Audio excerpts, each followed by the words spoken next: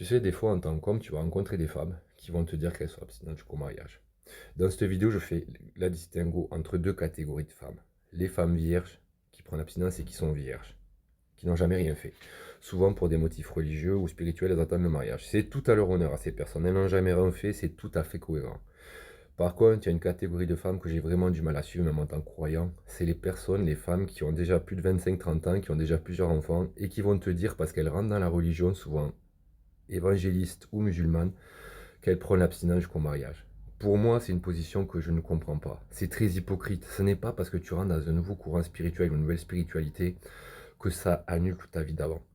Malheureusement, que tu le veuilles ou non, tu as un passé, tu as un vécu, tes enfants en sont d'ailleurs la preuve. Donc, comme je dis souvent, ça ne sert à rien de se branler sur des versets ou sur des hadiths si tu n'as pas la vie qui va avec. Malheureusement, la vie a fait que tu n'es plus vierge, puisque tu as des enfants. Donc pourquoi s'appliquer des principes pareils? En tant que croyante, tu sais, moi je suis pas un exemple, hein. J'ai perdu ma virginité assez tôt parce que je n'étais pas croyante. Tu sais, j'ai perdu ma virginité, j'avais 12 ans et demi, 13 ans. Et c'est pas une gloire, c'est pas une fierté. J'ai couché avec environ entre 150 et 200 personnes au cours de ma vie. Voilà. Donc tu comprends bien qu'au regard de ma situation, je ne vais pas respecter des principes pareils sur l'abstinence. Ça serait très hypocrite. Tu comprends bien. Et malheureusement, ces personnes, ce qu'elles font, c'est ça. C'est parce qu'elles vont rentrer en religion, dans un nouveau courant spirituel.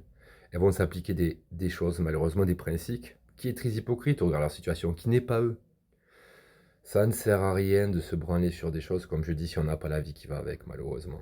C'est pour ça que dans cette vidéo, je dis bravo à toi qui es vierge de respecter des principes pareils, mais si tu n'es plus vierge, quel intérêt tu as à appliquer ce genre de choses? C'est carrément absurde au regard de ta situation. Même en tant que croyant, c'est carrément absurde. Je ne comprendrai jamais cette situation. Ça ne sera jamais mon interprétation